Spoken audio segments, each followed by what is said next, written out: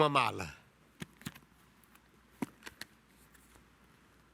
Uma mala com motivos relacionados a histórias infantis. E o que tem dentro dessa mala? Deixa eu ver. Livros. Livros.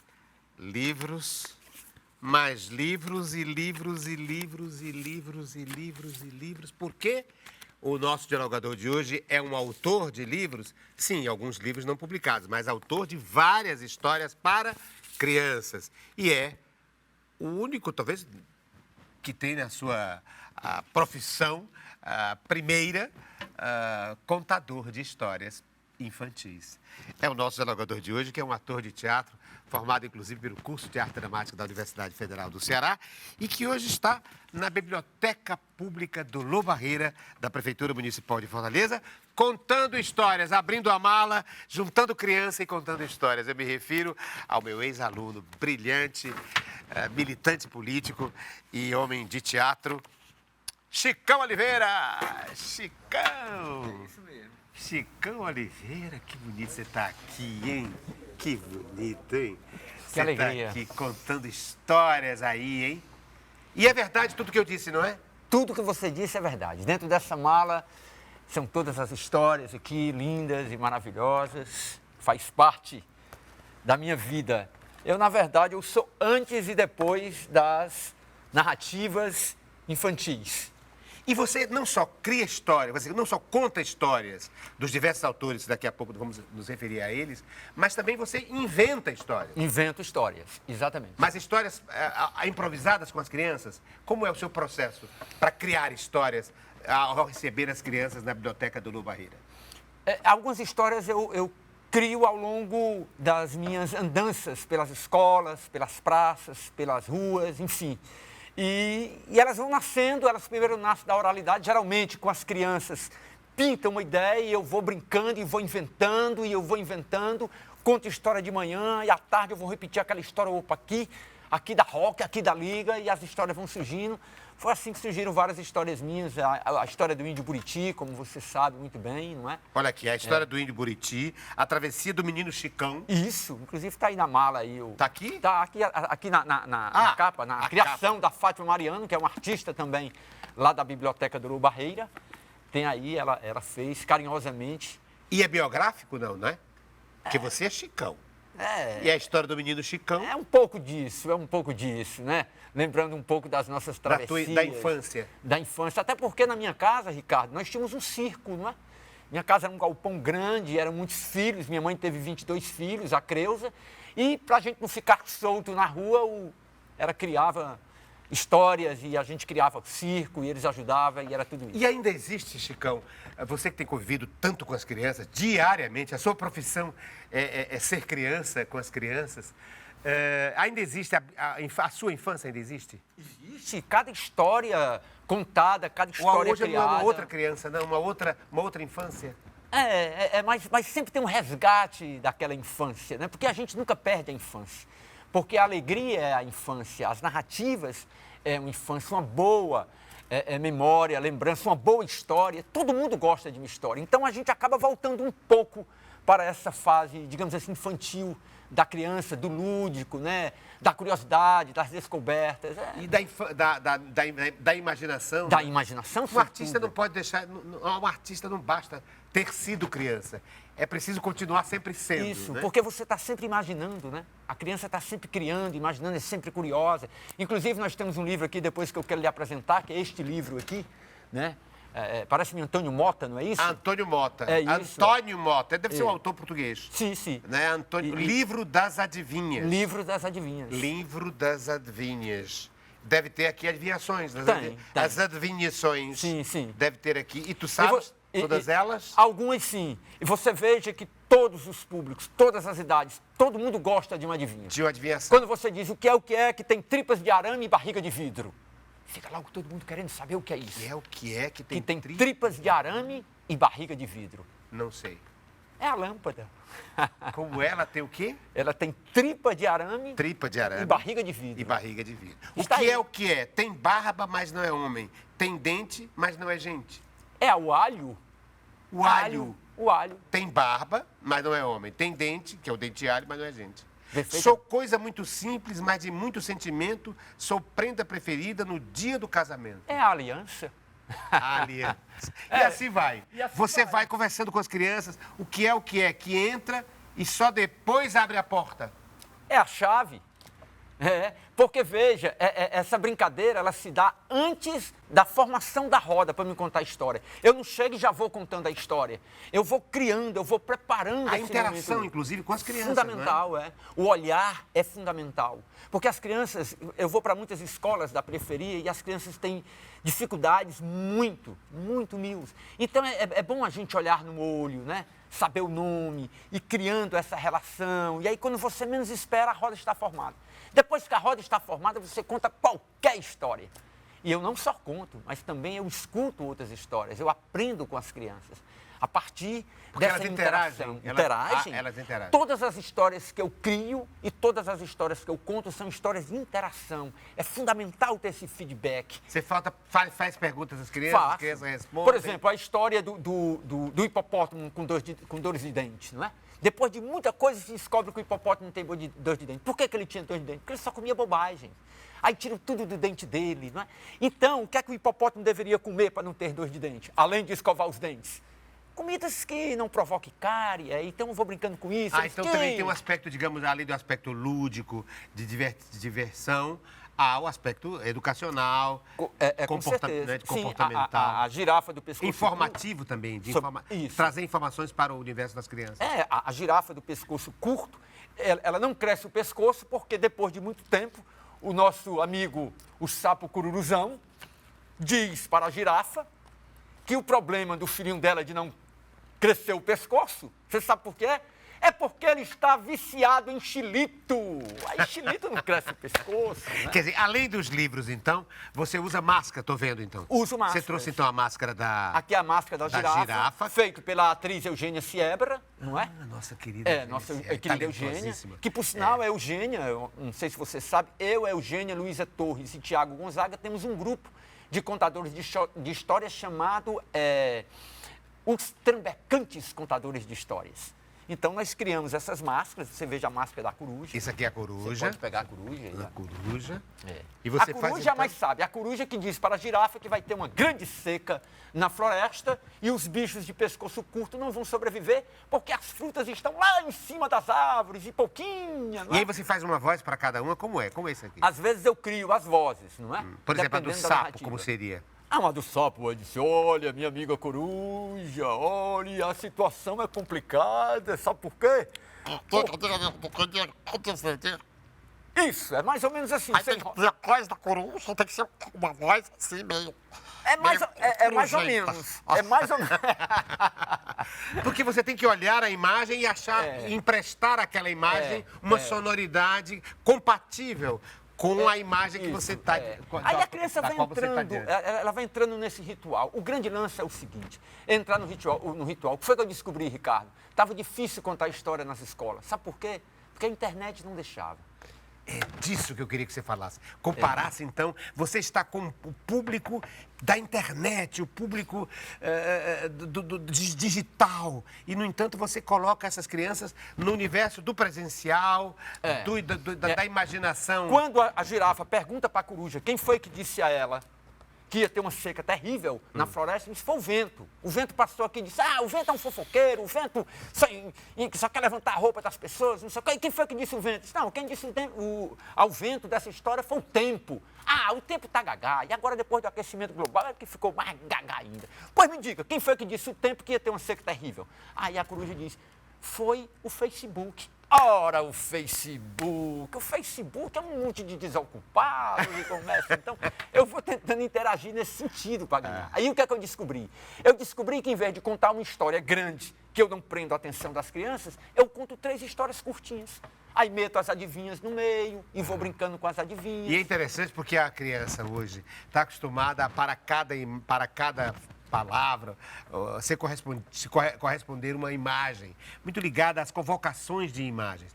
E acredito eu que você, como contador de histórias, você não a convoca para imagens, mas você invoca imagens. Faz com que a pessoa imagine o vento Esse é o falando, segredo. imagine o tempo, gagá, velhinho, o Facebook como desocupado, deitado numa cadeira. Você faz com que ela imagine e crie, e não necessariamente seja convocada para uma determinada ilustração. Não. Em alguns momentos, eu tenho, quando é para as criancinhas mesmo, de colo, eu tenho um livro que é o Telefone Sem Fio, que são só imagens. Aí eu vou criando a história em cima das imagens que estão.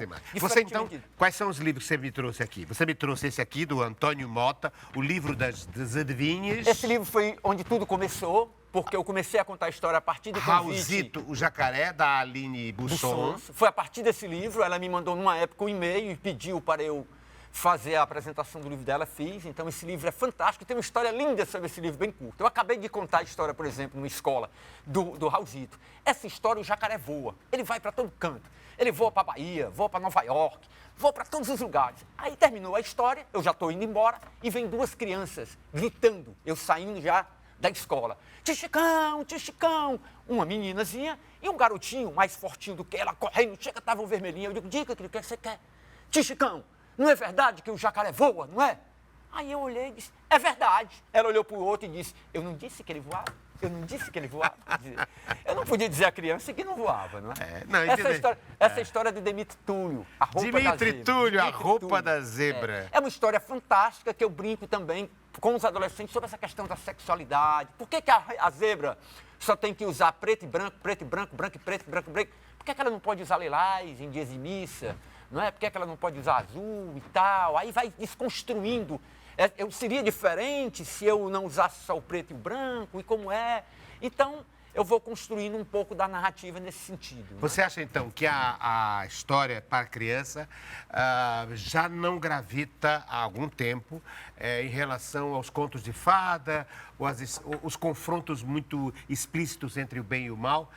Trabalha mais com as dialéticas, com as possibilidades, com as multiplicidades? Ricardo, porque veja bem, de uma certa forma os contos de fadas chegaram a nós através de uma imposição mesmo, né? De uma coisa mais, de uma outra cultura, né? Você veja que nós temos muitas histórias interessantes que muitas vezes a gente não tem que recorrer às princesas, àqueles contos de fada, a Gata Borralheira, ou a Branca de Neve, não, tem outras histórias que a gente pode explorar. Inclusive tem uma história interessante que chama-se A Revolta das Princesas, que a Branca de Neve, a Rapunzel, todas elas se reúnem e dizem, eu não vou mais querer fazer parte dessas histórias, onde só as princesas ficam na pior e os príncipes ficam na melhor. Então elas fazem a grande revolta, que é a chamada Revolta das Princesas, e elas se negam, portanto, a ser aquela que passa 100 anos dormindo, recebe um beijo e acorda, vai casar com o príncipe. O príncipe sempre se dá de bem. Ele casa, ele fica com a mais bonita, ele tem um castelo, mas antes elas sofrem a valer, né? E há também uma certa cobrança, e aí eu queria que você falasse em relação às histórias infantis, de que elas têm que conter sempre uma moral. Pelo menos na estrutura antiga era assim, você tinha a história e no final tinha a moral da história, né? Eu gosto de desconstruir algumas coisas, inclusive... E é uma coisa que você desconstrói, então? Porque quase todas as histórias... Deixa em aberto, é isso? Eu deixo em aberto e eu os provoco, em alguns momentos, a encontrar o saídas. Final, encontrar as saídas, a gente vai brincando com isso. Eu às vezes não dou pronto, a não ser que o autor já tem aqui, né? Aqui eu tenho a Ruth Rocha, que é uma história Ruth Rocha, belíssima. Bom Dia Todas as Cores. Bom Dia Todas as Cores. E deixa eu ver outra, eu vou lhe mostrar, porque eu trouxe uma coisa que eu quero provocar o você. Hipopótamo. O hipopótamo que tinha ideias demais, é uma da Aline história Busson. fantástica. A Aline, inclusive, esteve aqui no nosso diálogo. Sim. Não é? A Aline é uma autora ligada ao teatro. E estou vendo... Ao teatro não, eles adoram. As infantil. crianças de 5, 6 anos Contos adoram de essa Enganar temática. a Morte, do Ricardo Azevedo. Perfeito. Eu acho, inclusive, que eu fiz na nossa escola, na licenciatura em teatro, eu montei um conto do Ricardo, acho que desse livro aqui, não me lembro agora o nome do livro, enfim. Mas eu lhe trouxe algo, O Homem que Enxergava Mal, O Último Dia da Vida do Ferreiro. Não, A Quase Morte de Zé Malandro. Foi essa, eu fiz no teatro. Olha que maravilha, que coincidência. Com aquela menina que morreu agora recentemente, minha aluna tão linda, Neta, Evenice Neta, tão linda, professora, formada, licenciada em teatro, e ela me trouxe esse conto e nós montamos A Quase Morte de Zé Malandro. Deixa eu lhe apresentar esses 2 últimos livros aqui. Ah. Tito Pequetito. Esse livro eu vou lançar, vai ser lançado agora. De Luísa Carvalho. Vai Tito ser lançado Pequetito. agora aqui na Biblioteca Nabes, não é? Ah. Nessa Biblioteca do Estado, no dia 21. E quem quiser, vá lá, 21 às 3 horas Você da vai tarde. lançar contando essa história. Contando essa história. E é o quê? Sobre o quê? É a história de um passarinho que cai da árvore Tá. e as crianças vão tentar E por ajudar último? e tal. E por último é o nosso grande amigo, que você conhece, Descartes Gadelha. Gadelha. Nós Lenda fizemos a adaptação... Estrela Brilhante. Fizemos a adaptação lá no BNB, no Espaço Cultural BNB, nós fizemos a adaptação, eu, Eugênia Siebra, Luísa Torres e Tiago Gonzaga, desse livro, um mini espetáculo, digamos assim, dessa história. E tem maracatu? Tem maracatu. E eu tô vendo que você trouxe Do- maracás. Eu vou, você também vai. Deixa eu ver. Apanhar macaúba num balaio. Aí vai. Eu vou e você também vai. Apanhar. Essa brincadeira toda tem que ter instrumento. Apanha Macaúba num balaio. Eu vou, você também vai. Que por sinal, essa música está num espetáculo lindíssimo que você criou, não é? O Loa, Loa, que é a um gente- personagem. Você espetáculo dirigido por Gil Brandão? Dirigido por Gil Brandão. Outro exato. talento. Texto de Ricardo Guilherme. Outra figura linda, né? Brilhante, né? E Doutor aqui, em teatro. na oportunidade, eu queria e diretor de agradecer teatro. 2 pessoas importantíssimas na minha vida de teatro, na verdade 3. Você, com certeza, foi meu professor lá no curso de arte dramática, aprendi muito com a sua generosidade, com toda a sua sabiência, com Joca Andrade, nos princípios básicos de teatro, que foi também importantíssimo para mim, e o Gil Brandão. E Gil Brandão. Gil Brandão Olha o foi que eu um trouxe para professor. você. Eu trouxe para lembrar, para que você comparasse as histórias de ontem com as histórias de hoje. Eu lhe trouxe uma típica história de hoje em 2 momentos. Eu trouxe o Lobo Mau e a Chapeuzinho Vermelho. Um trechinho assim com músicas do Braguinha para lembrar. Deixa eu ver. Pela estrada fora eu vou bem sozinha Levar esses doces para a vovozinha. Ela mora longe, o caminho é deserto E o Lobo Mau passeia aqui por perto. Mas à tardinha Ao sol poente, com a mamãezinha dormirei contente. pela estrada fora eu vou bem Quer dizer, sozinha. eu trouxe isso para que você falasse a partir daí e comparasse essa história dessa menina indefesa que se encontra com o lobo. Acho que tem até a história do lobo aí também, não tem? Eu trouxe o lobo mau. Eu sou o lobo mau, lobo mau, lobo mau. Pego as criancinhas pra fazer mingau. Hoje estou contente, vai haver festança. Tenho um bom petisco para encher a minha pança. Eu sou o lobo mau, É isso. lobo mau. Quando a mãe dizia o seguinte, não vá para o terreiro porque a onça pode lhe pegar. E é exatamente a pedagogia do medo, não é? Pois é, não é? Se usou durante muito tempo essa pedagogia. Eu não sou muito, digamos assim, afinado a ela, Adepto. não. Aham. Adepto, não. Até porque é desnecessário. A criança ela tem a curiosidade do medo. Né? Olha, não vá lá, não vá para o terreiro. Tem o a lobo onça lhe mau pega. ali. O lobo mau está ali. Porque a ideia do lobo mau é justamente essa, se desobedecer à mãe, não vá pelo caminho do rio. Sim. Não vá pela floresta, vá pelo caminho Ela do rio. desobedeceu. Desobedeceu, E aí aí veio o lobo veio mau o e lobo tal, mau, pegou. pegou, Isso eram formas de dizer para as crianças, como você tinha muito mato, você tinha muita floresta, você não vá por ali, não é?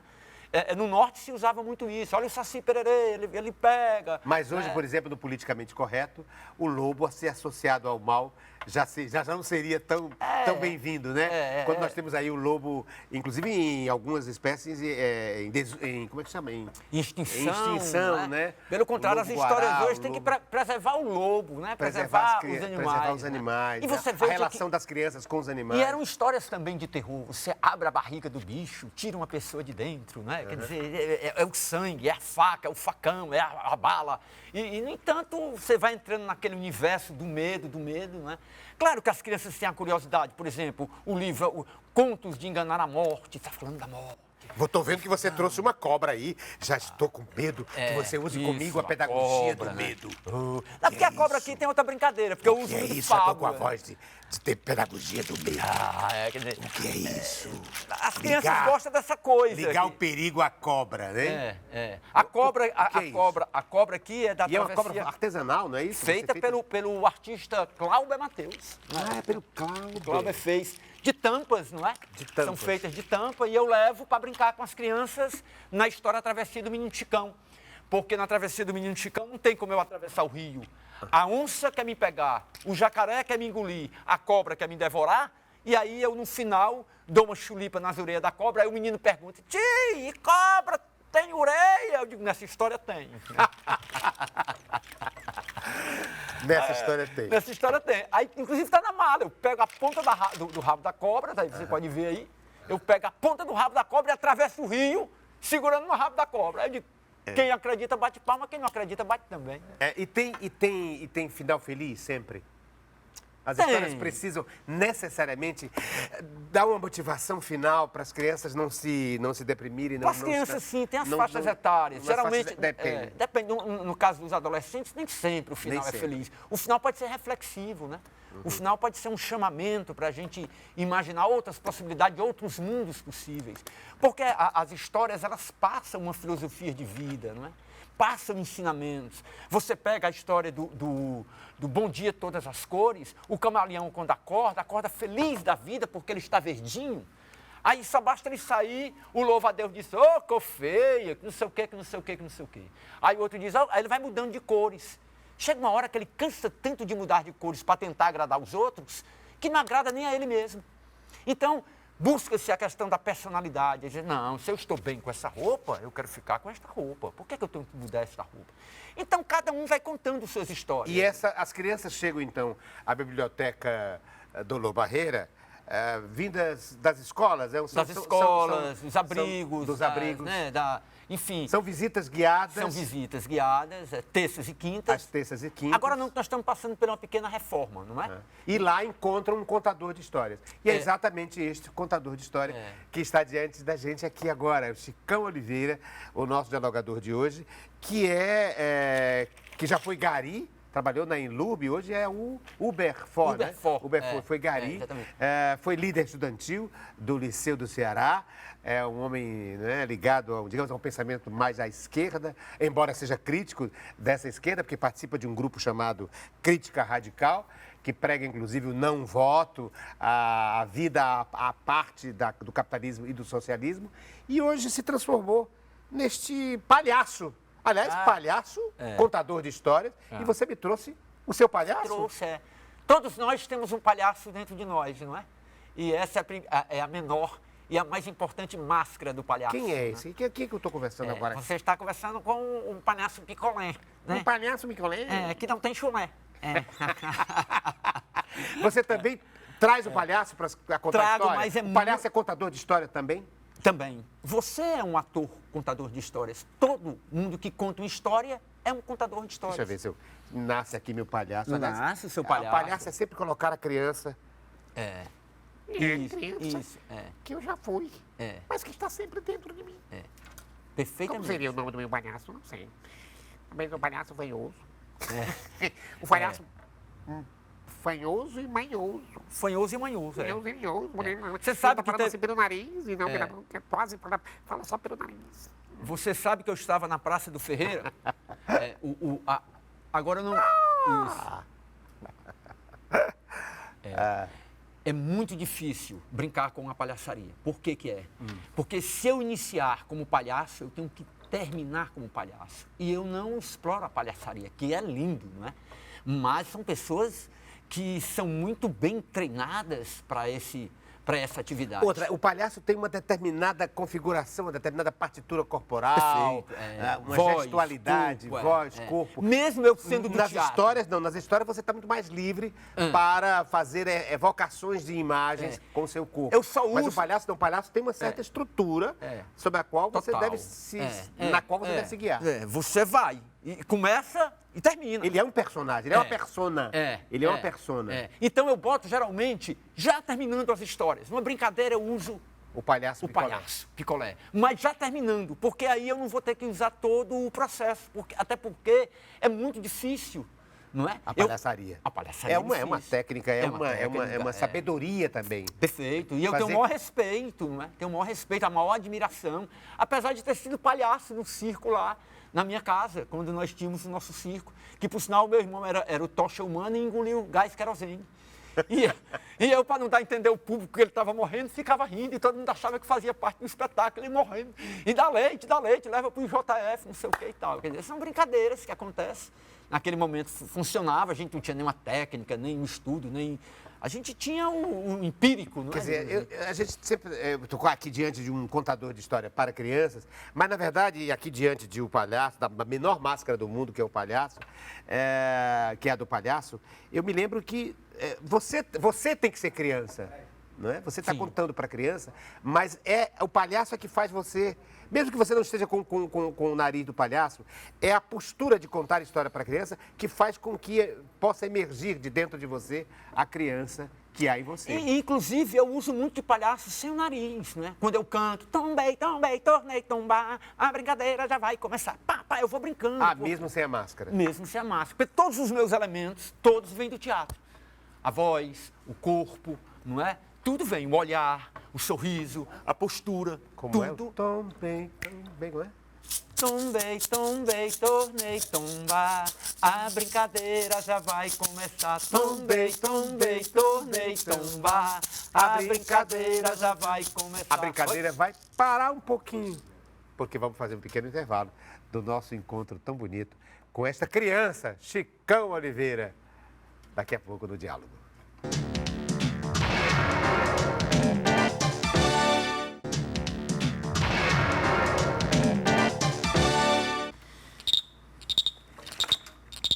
No programa Diálogo, nós temos um dialogador que é um sapo. É um sapo? É porque me faz lembrar uma história que a gente fez que chama-se A Travessia dos Sapos. Aí eu levo esses instrumentozinhos para brincar com as crianças. É o Chicão Oliveira, contador de histórias para crianças da Biblioteca Municipal do Lobarreira, um órgão da Prefeitura Municipal de Fortaleza, que está hoje conosco no nosso diálogo e nos trouxe livros de histórias infantis. Ele, que também é autor de várias histórias para criança, embora não tenha publicado ainda, mas pelo menos umas 10 histórias para criança. E uma delas é exatamente a Travessia do Sapo. Dos né? Sapos. E aí, me imagino, a partir dos objetos que você trouxe, Chicão, que há uma ligação muito grande com a ecologia, com o mundo dos bichos, das árvores, a fauna e a flora. Porque eu estou vendo que você trouxe um apito, não é isso? É um Sim, apito? é. Que é um passarinho. Olha o passarinho. E me trouxe um pau de chuva. Isso é fundamental. Porque então você trouxe a chuva. Vamos ouvir.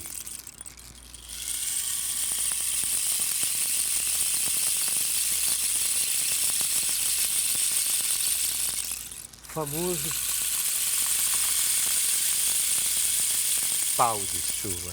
Então, imagino que você tem toda uma inspiração, digamos, ecológica, que perpassam as histórias. Inclusive, a travessia dos sapos é muito interessante, uma história interessante, porque todos os sapinhos se reúnem, os cururus, as rãs, na beira da lagoa, para tomar a decisão de sair da lagoa que eles estão por conta do aquecimento global. Faz o som do sapo aí, como é? Ó.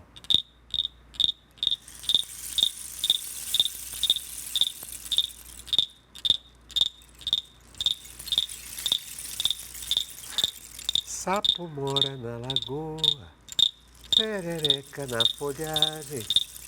Dia deu festa no brejo, recebeu grande homenagem. Que lindo! Então você traz todos esses sons para o menino da cidade, né?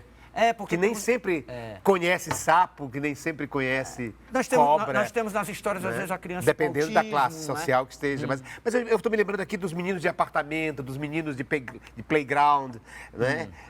Que às vezes não conhecem nem uma galinha, por exemplo. Não, conhece não. É verdade. Nunca viram nem uma galinha. É verdade. Né? Inclusive, a não ser morta. As próprias crianças também daqui, que hoje moram na periferia, as casas hoje estão abarrotadas. Os terrenos que antes eram grandes, que tinham seus quintais, vão construindo casas para os seus filhos, para os seus netos, que não tem como pagar o aluguel, não é? Então a gente vai perdendo cada vez mais o espaço do quintal, do terreiro, da frente da casa, para que os filhos possam ter onde morar e os netos. O menino brincava na rua também. Brincava na rua. Hoje é impossível. Hoje é asfalto, é carro, né? Quer A dizer, violência. Há ainda meninos na rua, e Sim, muitos, sim. milhares.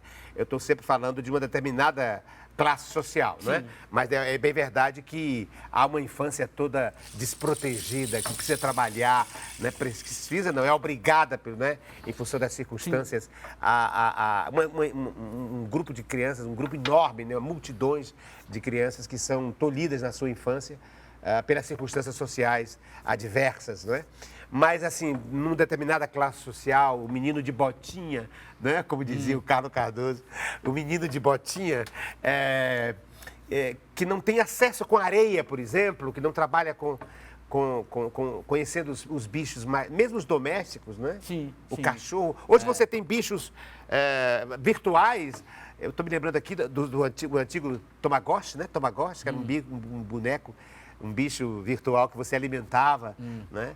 E a criança é tolhida do fato de conviver com os animais, com um gato, com um cachorro, com uma tartaruga, com um pássaro. Olha, Ricardo, as crianças, sobretudo na periferia, são crianças marcadas por muita violência. Pela violência, pela falta total de condição, de saneamento básico. A infância de sobrevivência. sequestrada, né? Uma infância sequestrada.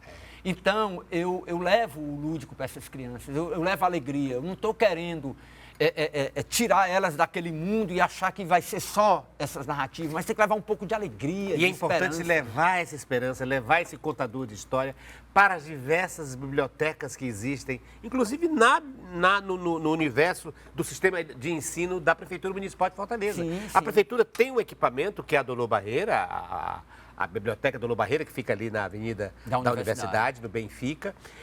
Mas ela tem também as bibliotecas das escolas. Sim. Né? E você tem as E bibliotecas comunitárias, pois não é? São que deveriam, fundamentais, né, ser mais e mais apoiadas e, dentro desse apoio, criar links com os diversos contadores de história. Você, por exemplo, eu estou imaginando que você, Chicão, que é o único contador de história ligado assim, diretamente a uma biblioteca, poderia ser um multiplicador da sua Sim, profissão. sim. Você poderia formar outros Com certeza. contadores, outros chicões, né? Que lindo seria se nós tivéssemos em cada biblioteca 3, 4 chicões.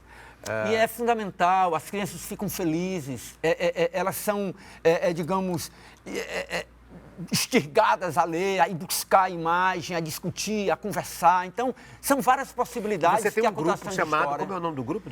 Os trambecantes contadores de história. Trambecantes. São os que se trambecam, os que vão além daquilo que é permitido, não é? Os que criam. Trambeque. Trambecantes, os que se trambecam pelo mundo, né? São uma espécie de andarilhos contadores de histórias, né? É isso que nós precisaríamos trazer para as escolas. andarilhos, né? contadores de contador de história. história. Animar as Até bibliotecas. porque às vezes as aulas são muito sacais, não é? As aulas às vezes são muito chatas, tem que dar aquele conteúdo sempre. É a matemática, é o inglês, é o português, é a história. E, na verdade, a gente pode construir uma outra relação com a escrita, com a leitura, de uma forma mais lúdica mesmo, Juntando provocar. a fala e a leitura. Sim, sim. Não é? Claro que a biblioteca é um lugar de silêncio, de fruição pessoal, mas há um momento de interpessoalidade. Perfeito. No momento em que se contam histórias, em que se motiva a criança a ir buscar um livro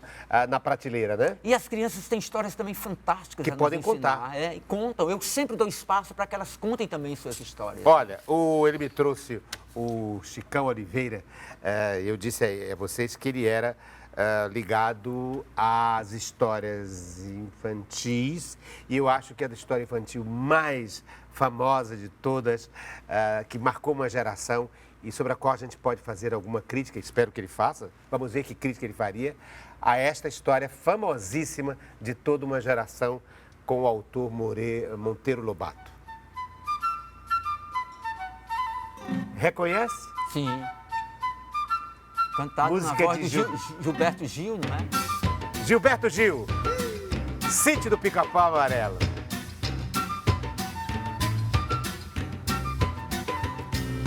Marmelada de banana, bananada de goiaba, goiabada de marmelo. Sítio do Pica-Pau Amarelo. Sítio do Pica-Pau Amarelo. Por que eu trouxe o Sítio do Pica-Pau Amarelo? É básico. A primeira adaptação dele é dos anos 50 ainda para a televisão, quando a televisão nem tinha ainda videotape. E depois, muitos anos depois, o Gilberto Gil fez essa música. Mas eu trouxe por 2 motivos. Primeiro, para você comentar, aliás, um motivo básico. Houve um certo cancelamento em relação ao Monteiro Lobato e, mais especificamente, a essa história. Sítio do Pica-Pau Amarelo. Sítio do Pica-Pau Amarelo. Né? Acusaram-no de ser racista, enfim, de ser sexista, enfim. E eu queria trazer esse tema do politicamente correto e dessa certa criticidade a esse autor que formou tantas mentalidades de toda uma geração, um dos pioneiros, ou o pioneiro da história para crianças, Monteiro Lobato. Pois é, uma grande polêmica em relação a essa questão. Eu acho que essa questão do cancelamento, as pessoas estão revendo algumas obras, não é? O Sítio do Pica-Pau Amarelo, eu acho que tem questões que são assim indiscutíveis, né? Porque passou por uma geração. Eu lembro que na televisão preto e branco, nós estávamos assistindo numa sala com quase 60 crianças, a briga do Pedrinho com o Minotauro, na televisão. Então, era um grande acontecimento, é como se fosse uma final da Copa do Mundo, e a gente lá vibrando pelo Pedrinho, e quando ele derrota o Minotauro, é um grande acontecimento na sala, não é? E hoje tem esse autor aí, que é o Monteiro Lobato, tão questionado. Eu acho que realmente tem coisas que não cabem mais hoje. Temos que repensar agora. Daí, se o cara é um canalha, se ele é homofóbico, se ele é preconceituoso, joga na lata do lixo toda a sua criação, não é? Toda a sua obra. O que é que a gente pode tirar realmente o que é positivo? E eu acho que a neta dele está fazendo esse trabalho. Ela está recontando as histórias do avô, do bisavô, observando alguns posicionamentos, né? E era um outro período nova histórico. versão, Veja bem, digamos. eu não estou aqui a defender, pelo contrário, mas um outro período histórico, a cabeça desse brasileiro, dessa nacionalidade que ele trazia. Ele queria que fosse nosso, o petróleo. Ele achava que, inclusive, alguns fracassos do Brasil era por conta dessa junção desses povos, do negro, do índio, do português, não sei o quê. Enfim, então são coisas questionáveis que realmente mas que você acha que precisa ser colocada no seu tempo e no seu espaço. No seu tempo e no seu espaço. Mas a gente não pode ficar também trazendo esse autor como se ele fosse a perfeição, esse homem perfeito, etc. Teve lá coisas que não devem realmente ser contadas. Mas você, então, como autor, digamos, um Monteiro Lobato falante, digamos assim, de hoje, você observa, você fica atento a a não vacilar em relação claro. a não sublinhar preconceitos, Claro, visões, não cabe. Por exemplo, cabe inclusive, mais. eu entro numa contação de história, você vê várias crianças, cabelozinho enrolado aqui, não é? Um outro é lourinho, o outro é estiradinho, etc. Eu sou careca, então eu brinco com isso. Eu tento desconstruir o bullying.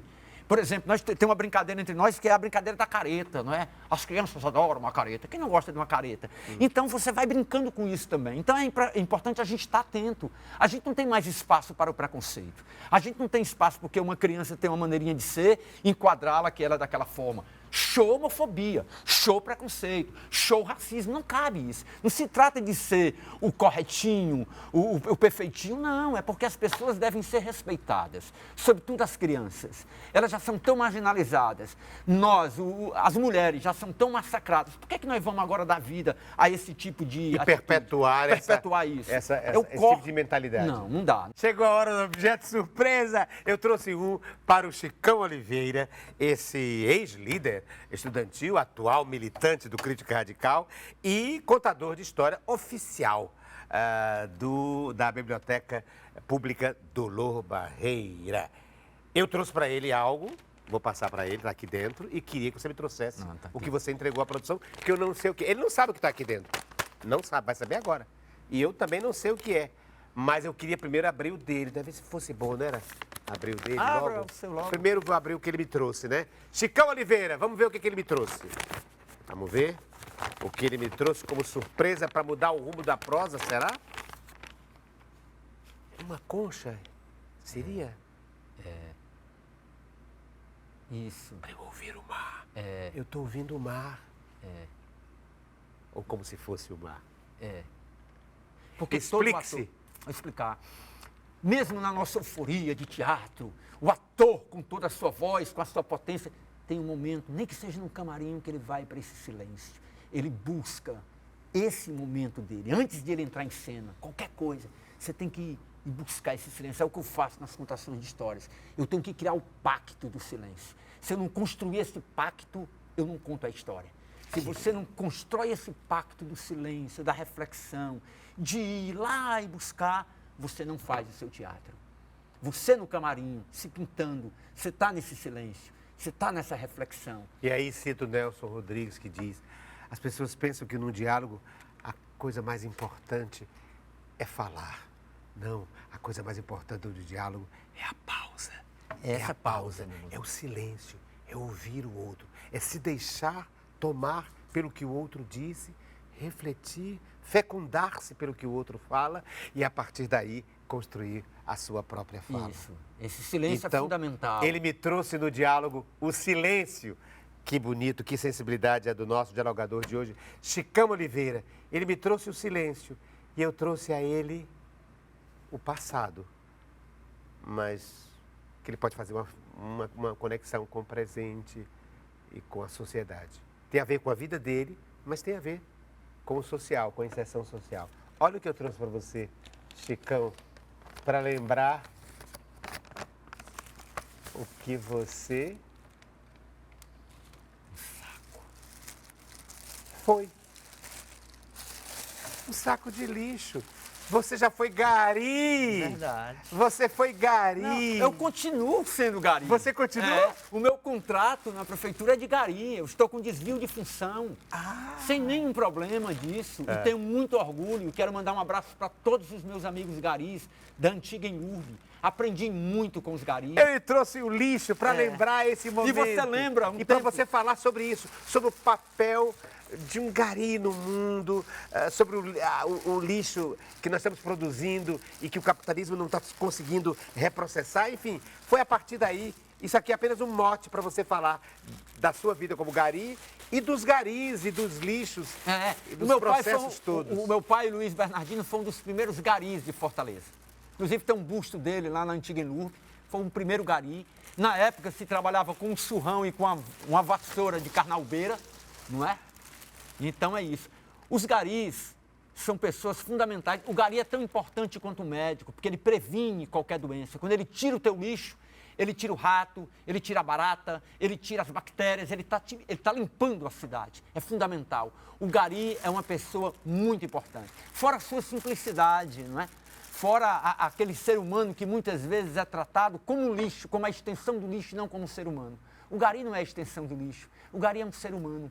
Não é? E muitas das histórias que eu aprendi na convivência com os garis, na época que eu fui da diretoria do sindicato, do Sindiforte, porque eu tinha uma atividade direta com estes homens e com estas mulheres, porque também tem mulheres garis que entraram na época da prefeita Maria Luísa Fontenelle, que eram chamadas Mariazinhas, né, que limpavam a rua. Então, esses homens são importantes, eu quero dar um alerta. Se você quebra o seu vidro, se você quebra a garrafa, o copo, bota dentro de um papelão, amarra bem amarrado, porque um ser humano que vai pegar lá, ele pode cortar a mão dele. A gente tem que ter esse cuidado.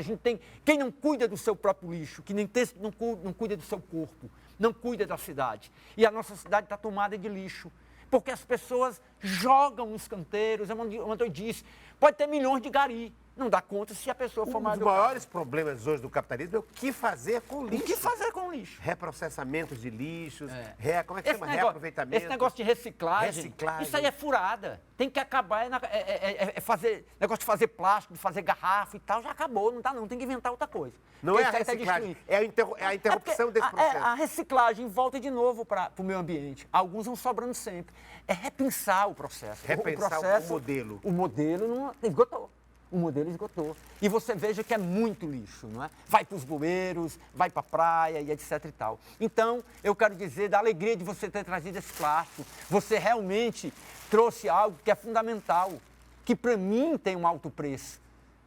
Um alto preço. Eu entrei na prefeitura e o meu contrato foi de gari. E eu tenho um orgulho disso. Eu tenho um orgulho de ter conhecido essas pessoas e ser amigo dessas pessoas. E o meu pai ter construído uma vida inteira com 22 filhos, numa comunidade extremamente carente, sendo gari. Aí depois foi chefe, aí depois foi diretor da prefeitura, e depois foi um monte de coisa. Mas ele começou realmente como gari. Bonito, obrigado por você existir, o Chicão Oliveira, meu ex-aluno da Universidade Federal do Ceará, gari, Tá lá na carteira. Gari, desvio de função. Agora, que função linda. Contar histórias para as crianças numa biblioteca pública. É importante. Política pública de leitura e de artes, de cultura. E bonito que seja feito assim, com esses grupos que contam histórias por aí. E é preciso criar mais e mais bibliotecas nas comunidades. Como é que a gente então encerra? É preciso fazer isso, sabe para quê? Para que a gente próprio não vire lixo, né? Senão a gente vai fazer assim, ó. Vai desaparecer, não é? E eu não Verdade. quero desaparecer. Eu não, hein? Nem eu, nem gente como o Chicão, não é? E gente que curte o Chicão. Na próxima semana a gente volta com mais um programa da série Diálogo. Mas é bom terminar então com o que ele me trouxe. Sabe com o quê?